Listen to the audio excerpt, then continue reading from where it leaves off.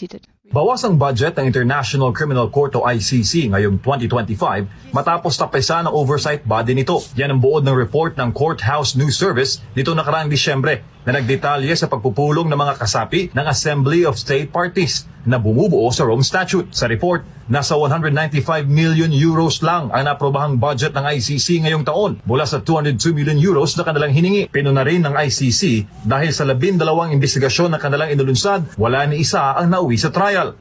During the budget deliberation, kinriticize sila ng Assembly of State. Sabi, may investigation kayo ng 12 countries, pero hanggang ngayon, after nung December ng pagbibigay sa kanila ng budget, wala namang kayong trial in process. O, anong ibig sabihin yan? Ayon kay Sasrogando Sasot, may gustong patunayan ng ICC, kaya mabilis nilang naprobahan ang warrant laban kay Duterte. Tapos, kailan sila nag-apply ng warrant? February 10, 2025. So, December, kinriticize sila. Wala na ba kayong trial?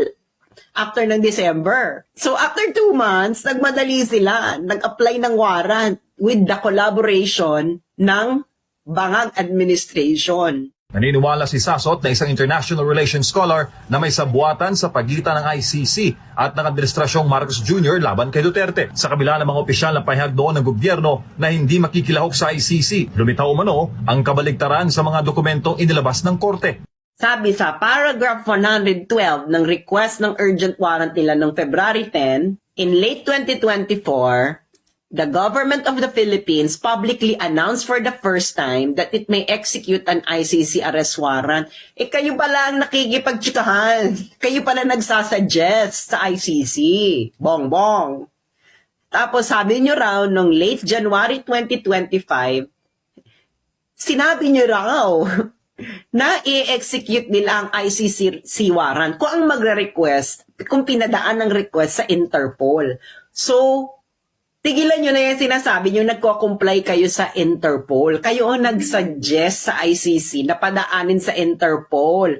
Dahil may resulta na ang ICC ngayong taon, inaasahan ni Sasot na mas malaking budget ang makukuha nito sa taong 2026. Anong ibig sabihin nun? Kasi gusto nyo, pagdating ng 2026, ano naman kayo? Bida-bida na naman kayo sa budget. Kasi may trial eh. Siyempre, kung walang trial, babawasan sila ng budget. Para sa Diyos sa Pilipinas kung mahal, MJ Mondeha, SMNI News.